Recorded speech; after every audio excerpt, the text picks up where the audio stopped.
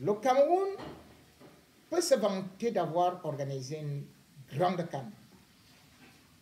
Mais qu'est-ce que le Cameroun a gagné? Rien du tout. Certains peuvent dire, oui, on a gagné, mais vous n'avez gagné aucun trophée.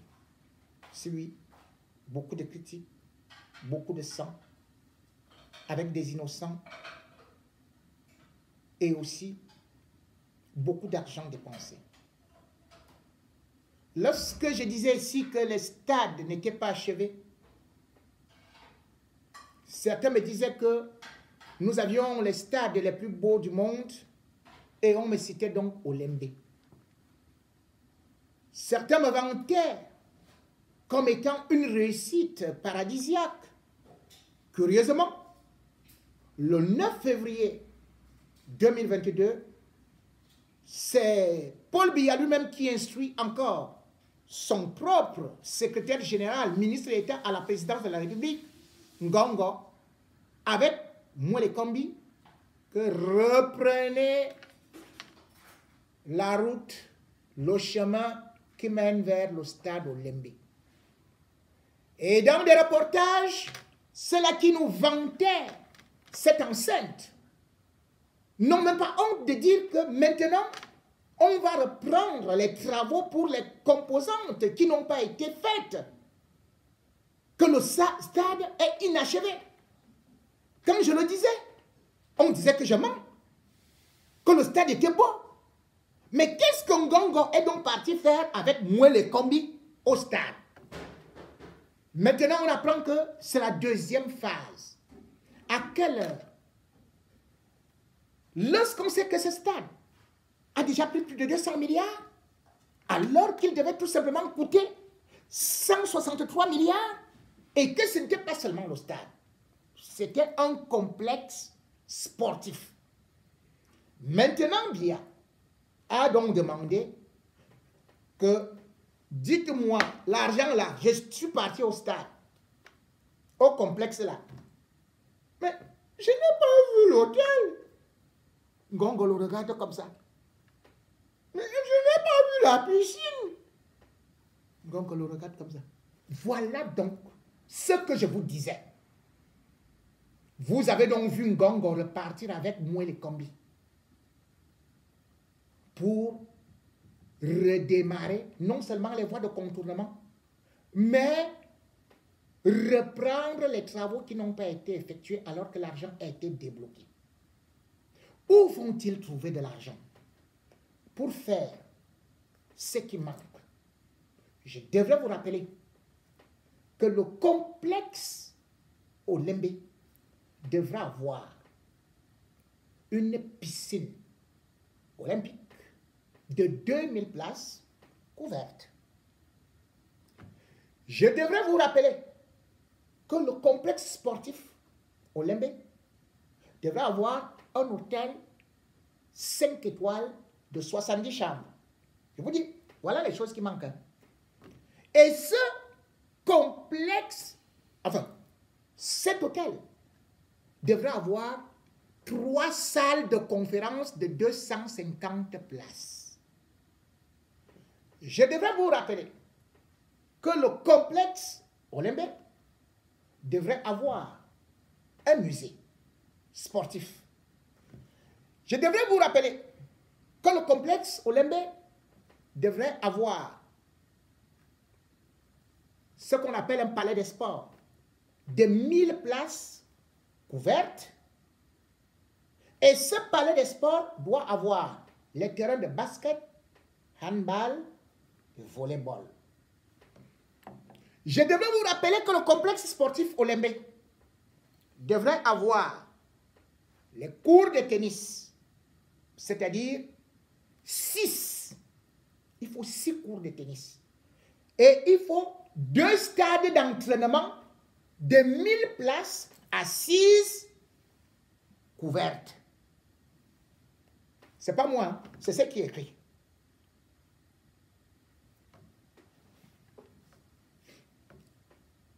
Vous voulez que je continue? Parce qu'il y a trop comme ça. C'est déjà nous avons déjà joué la CAN. Et c'est maintenant qu'on se rend compte que tout ça manque. Que Paul lui a dit que allez recommencer. Et venez me dire là où est parti de l'argent. Et qu'est-ce qu'ils disent? Ils disent que maintenant, ils doivent prendre d'abord 55 milliards au comité sportif olympique. Et ils veulent créer un village olympique. Pourquoi? Parce qu'ils veulent que l'État du Cameroun aille encore s'endetter pour faire semblant de continuer les travaux. Vous voyez jusqu'où la malhonnêteté de ces gens est en train de conduire notre pays. Vous voyez jusqu'où la méchanceté de nos dirigeants, et particulièrement Ngongo et son gang, sont en train de nous trimballer avec moi les combis. Le Cameroun a dépensé autant d'argent pour ne rien récolter. Et de surcroît, tout ce qui devait être là, moi les combis et Ngongo se sont arrangés à faire de telle sorte qu'en novembre 2021, qu'on change, 2020 plutôt, qu'on change le constructeur du stade qui était Pichini. Et aujourd'hui, le Cameroun a un sérieux problème, parce que ça doit se jouer au tribunal à Paris. Pichini est en train d'accuser l'État du Cameroun que non seulement on lui a retiré le marché, mais de surcroît, il avait acheté les préfabriqués à 26 milliards et pendant ce temps, Ngongo, Chantal Biya et les autres, ils se sont arrangés à faire sortir l'argent de la caisse de la SNH pour donner au fils de Chantal Biya, soit disant que c'est lui qui transportait ces préfabriqués. Maintenant, il saisit le tribunal de Paris. Quand il saisit le tribunal de Paris, de commerce, l'État du Cameroun l'appelle derrière, maintenant pour négocier. En décembre 2021, Pichini, ou le représentant, le président de Pichini, a rencontré Ngongo. Et le président de Pichini est en train de demander à l'État du Cameroun un dédommagement à hauteur de 150 milliards. Ngongo voudrait que l'État du Cameroun puisse dédommager Pichini à hauteur de 100 milliards. Donc le stade Paul Biya va coûter finalement 700 milliards. Ils ont enlevé Pichini. Vous signez avec quelqu'un. Et puis, c'est vous qui êtes incapable de libérer le terrain parce que là où Pichini devait construire, eh bien, les titres fonciers n'étaient pas là parce que vous avez eu à jongler. Et parce que vous voulez encore aller prendre d'autres crédits et faire des jongleries. Moi, les combis, avec Ngongo, se sont assis avec Ayamogé pour monter un faux projet et dire que c'est McGill qui devait gagner ça. McGill, aujourd'hui, ses employés ne sont pas payés. Ils ont d'ailleurs failli bloquer le stade le jour de la finale. McGill aujourd'hui a changé de nom. McGill dit, moi je ne suis plus là. McGill a sous-traité avec une société française qu'on appelle Razel. Mais vous allez faire comment? Il y a déjà 4 entités dans le même stade, sans oublier les sous-traitants, qui eux-mêmes demandent de l'argent. Vous allez finir ça comment? Voilà donc où le chef bandit est tombé. Ngongo aujourd'hui doit répondre. Il doit justifier où sont partis les 3 000 milliards d'une canne qui ne nous a pas rapporté un seul emploi, qui n'a pas fait que le PIB du Cameroun puisse monter ne serait-ce d'un centime. Ngongo aujourd'hui et moins les combis doivent être impérativement arrêtés. On ne peut pas continuer comme ça que nous tous, dans un pays où nous faisons des efforts, où on dit à certains serrez vos ceintures, mais qu'ils dilapident des milliards comme ça et continuent à vous dire que maintenant ils sont partis, le bandit devient le chef chantier. La pénétrante Est à Douala, inachevé. Le stade Olembe, inachevé. Et il y a le grand scandale du Covid, ou bien on voit très bien comment est-ce que la Chambre des comptes dit que Ngongo et son gang ont détourné. Qu'est-ce que le vieux Biya attend pour mettre ces gens en prison? Ce n'est pas lui qui... C'est l'opposition qui a créé la Chambre des comptes. Ce n'est pas lui qui a demandé à la Chambre des comptes de faire une enquête. Ce n'est pas lui qui a instruit Laurent Esso d'ouvrir des enquêtes contre les gens qui font des détournements. Il faut maintenant supplier Biya pour qu'il mette ces gens en prison. Mais c'est lui qui demande souvent les preuves. Que apportez-moi les preuves qu'ils ont volées. La preuve est là. Où est l'hôtel de 70 places? Rien que ça. Un chef d'État, tu dis, où est l'hôtel? Il était là, il regardait le match. Il veut dire qu'il n'a pas regardé. Où était la piscine?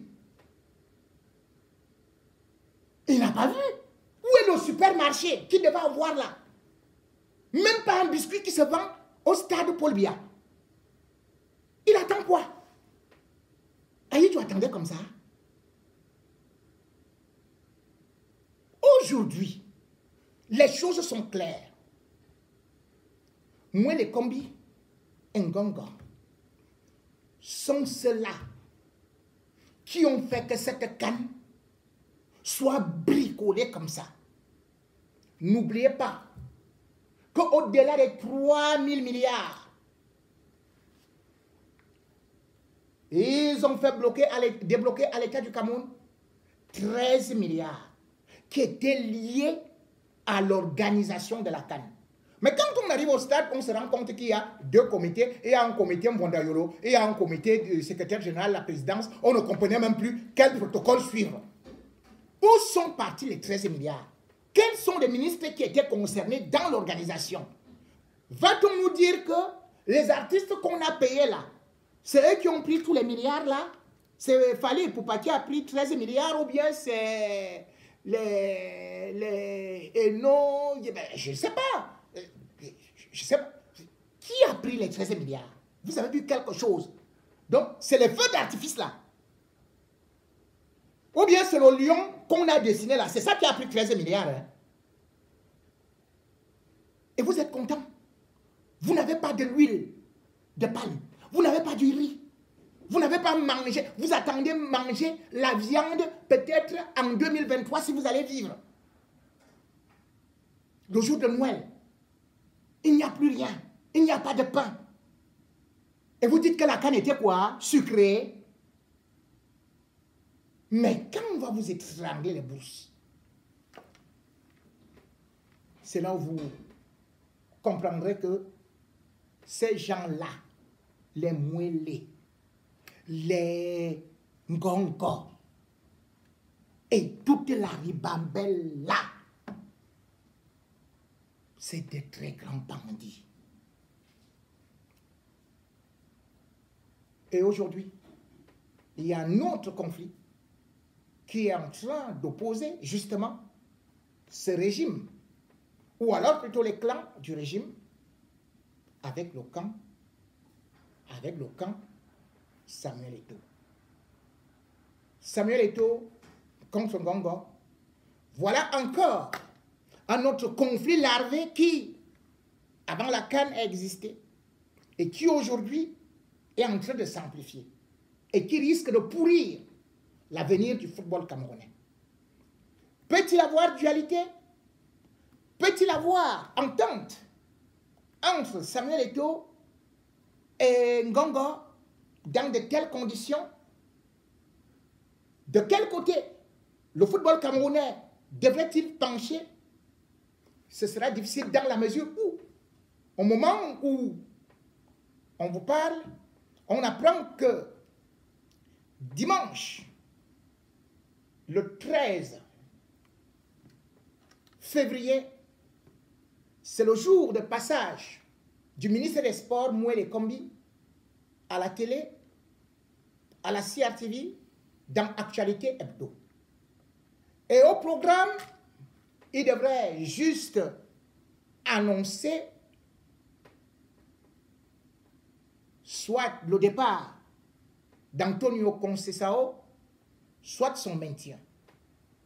La question qu'il faut se poser, c'est que Est-ce que le ministre des Sports est dans son élément? Qui de Samuel Eto'o ou du ministre des Sports doit décider de l'avenir du sélectionneur camerounais? Selon les règles, il est bel et bien établi que dans l'organigramme et selon la loi de Biya, qui date, je crois, du 19 novembre 2016, c'est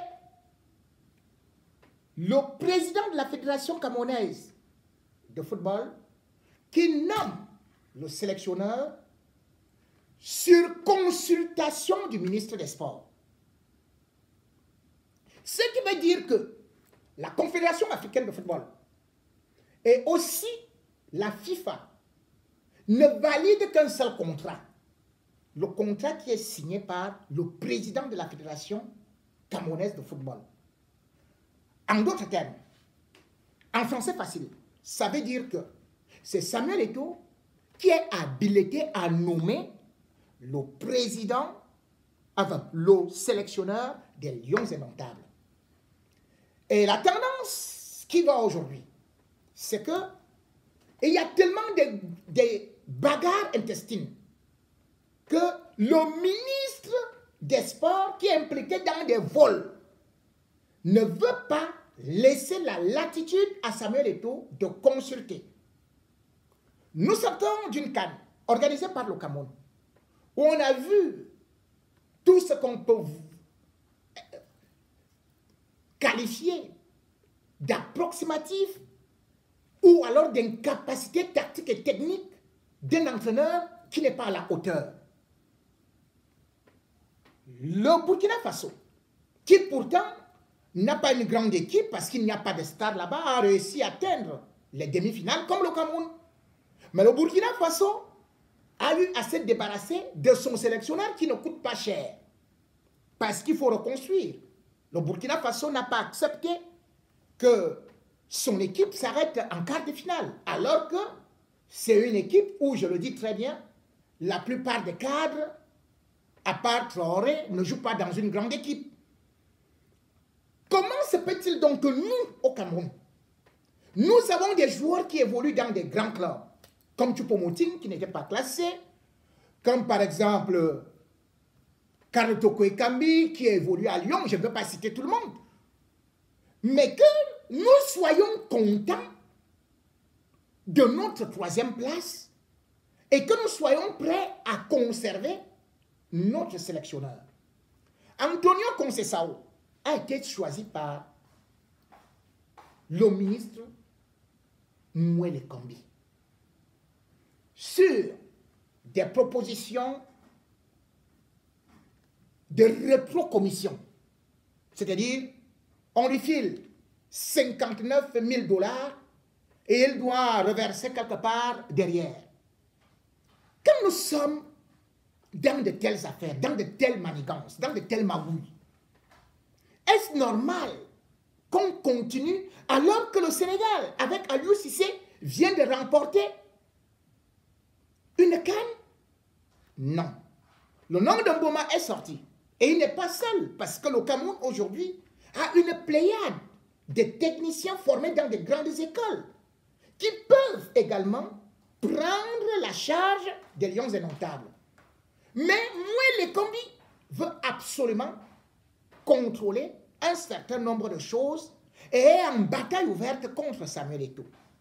Et comme cela, il utilise un certain Makota que Samuel Eto'o a renvoyé ou bien a plaqué parce que Makota est celui-là qui était à la FECAFOOT juste pour jouer le rôle d'agent de liaison, mais dont le comportement salissait l'image des lions, la tanière des lions, par ses pratiques sexuelles, pornographiques, qui ont fait de telle sorte que Samuel Eto'o le suspende.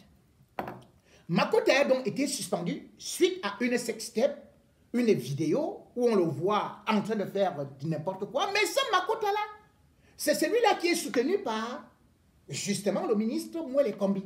Et pourquoi? Parce que Makota est celui qui offre les garçons et les fillettes à moins les combis. Les patous que j'avais dénoncé déjà. Et ce n'est pas seulement moi, c'est l'employé de moins les combis qui avait parlé de cette tendance à prendre des petits garçons ou à proposer n'importe quelle relation sexuelle aux garçons. C'est un témoignage. Il a mis ce garçon en prison à Kondengui. C'était son employé à qui il avait fait des propositions et il a refusé, il a jeté en prison.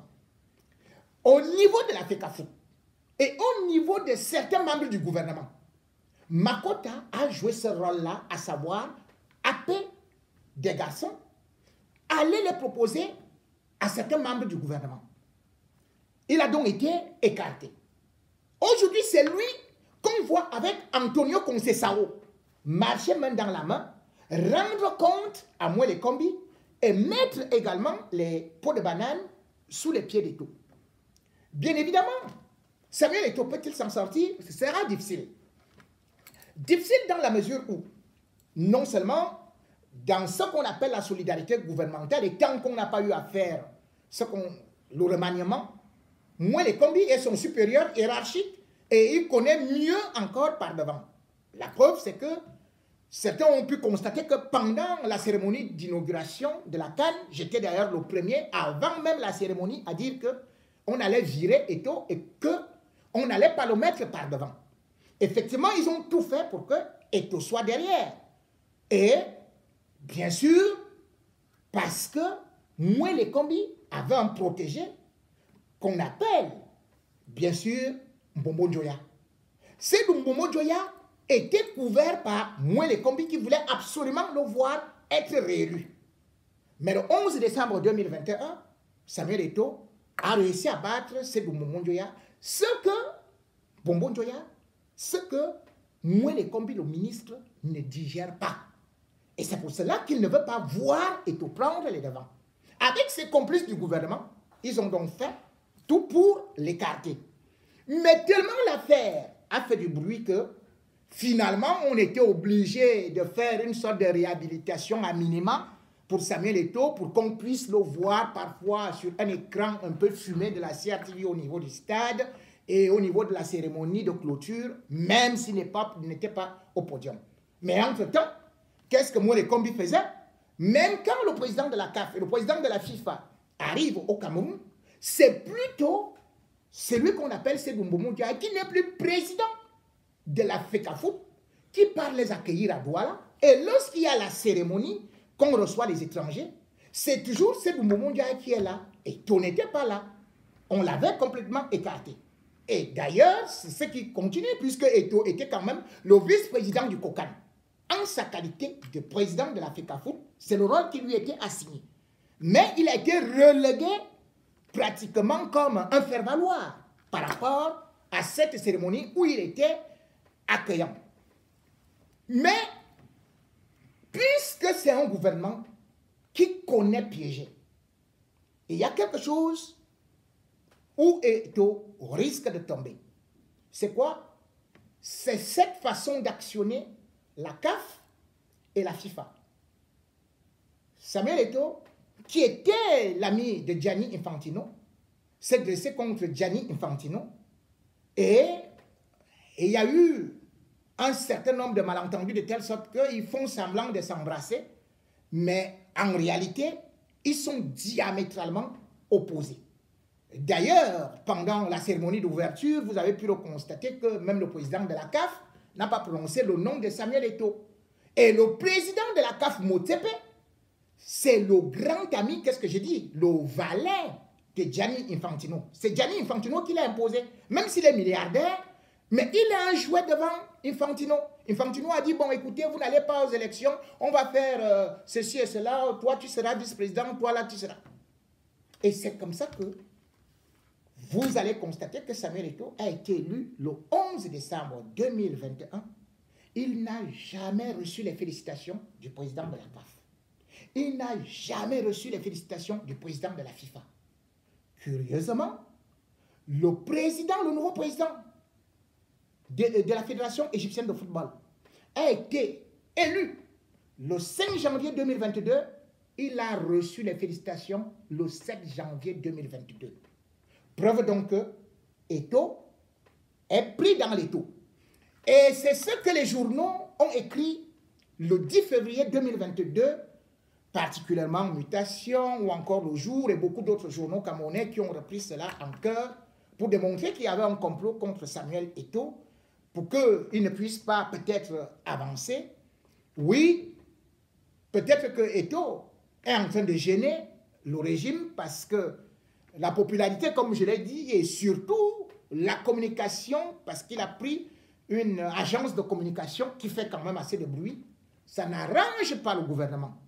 D'ailleurs, le journal Équipe a encore titré sur Samuel Eto'o et a même dit que quand le nom de Samuel Eto'o apparaissait sur, bien évidemment, le tableau d'affichage, que toute la salle, enfin tout le stade applaudissait et qu'il est d'une grande popularité. Ça a énervé tout le régime et immédiatement, ils ont dit, qu'est-ce qu'on vous disait? Moi, les combis en premier a fait le rapport et comme il y avait déjà des rapports que Samuel Eto'o avait des visées politiques, eh bien, c'est reparti maintenant.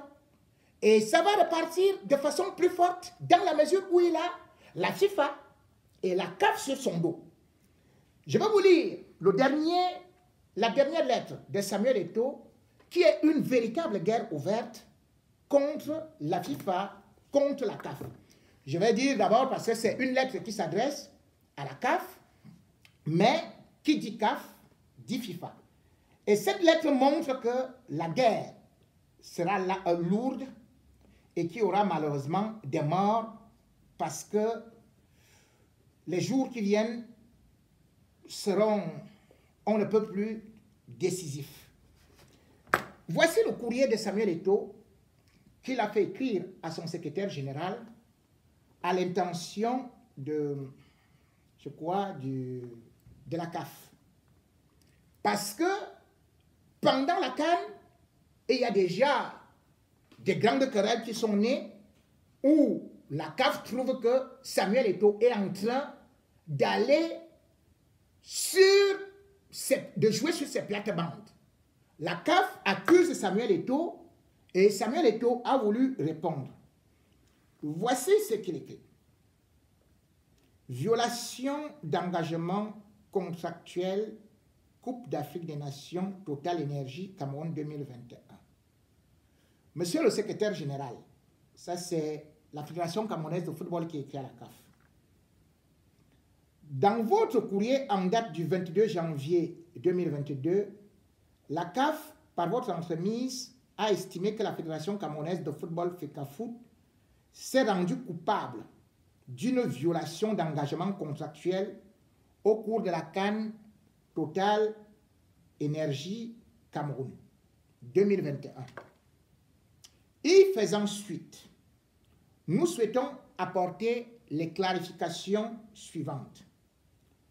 Au préalable, il nous paraît judicieux de vous rappeler que la FECAFOOT, en sa qualité d'instance fêtière du football camerounais, est la gestionnaire exclusive des sélections nationales de football. À ce titre, et à l'instar des autres fédérations membres de la Confédération africaine de football, la FECAFOOT a la pleine capacité juridique de conduire des contrats de sponsoring qui accompagnent le développement du football au Cameroun. Par conséquent, la CAF ne peut contester raisonnablement la régularité de notre relation contractuelle de plus de 14 ans avec le groupe SABC, c'est-à-dire la Société anonyme des brasseries du Cameroun. Dès lors, et eu égard l'antériorité de ce lien contractuel, les différents projets entrepris avec notre partenaire devraient être poursuivis. Toute interruption ou suspension unilatéralement décidée par la FECAFOOT, fût-ce le temps de la tenue de la CAN, est susceptible de casser de causer un préjudice à notre partenaire et à la fédération elle-même. Dans cette dernière hypothèse, la responsabilité de la FECAFOOT pourrait être engagée avec de lourdes conséquences financières. Toutefois, nonobstant sa conviction d'être dans son bon droit, le nouvel exécutif de la FECAFOOT, en responsabilité et respectueux des organes dirigeants de notre confédération, a enjoint son partenaire de désactiver tout son matériel branding et publicitaire. En conséquence, tout branding relatif aux produits en concurrence sectorielle avec les produits vendus par votre supporter national sera retiré de toute les tanières des lions, sans préjudice de notre droit à nous retourner contre la CAF. Dans l'éventualité probable où notre partenaire déporte le litige devant les juridictions judiciaires ou arbitrales. En revanche, le troisième point évoqué dans votre courrier est consécutif d'une diffamation. Est constitutif d'une diffamation. Donc, Samuel Eto'o accuse la CAF de diffamation. Vous vous êtes permis d'insinuer que la FECAFOOT mettait à la disposition de son partenaire SABC des tickets gracieusement offerts par la CAF à des fins d'activation publicitaire. Veuillez alors noter que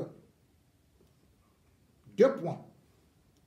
Primo, la grande partie des tickets de match obtenus par la FECAFOOT ont été acquis avec les fonds de notre fédération. Deuxièmement, l'allégation que vous mentionnez est fausse et porte une atteinte grave à notre intégrité morale.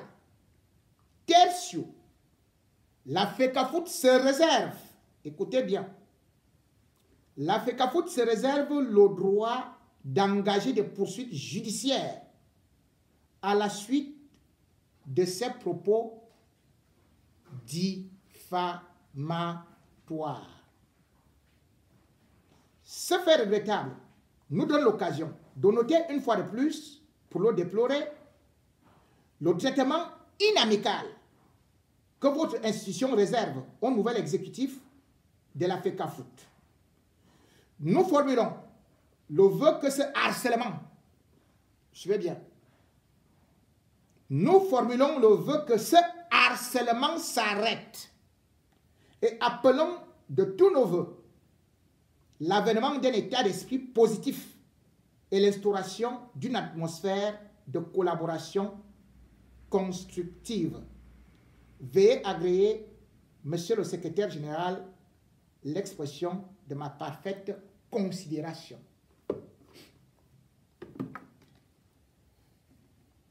Je crois que vous avez suivi cette lettre qui est incendiaire. Les poursuites judiciaires, malheureusement, peuvent être aussi utilisées contre la FECAFOOT et le nouvel exécutif de Samuel Eto'o. En effet, les 3 et 14 février 2022, le tribunal arbitral de sport, dans sa décision TAS/A, je crois, 83-38, a informé les parties dans une affaire concernant, bien évidemment, les éternels problèmes de la FECAFOOT qu'on n'a jamais réussi à finir. Et le tribunal arbitral du sport informait justement la fédération dirigée par Samuel Eto'o que la FECAFOOT n'a pas réussi à payer ce qu'il fallait par rapport à l'appel qu'elle avait eu à effectuer.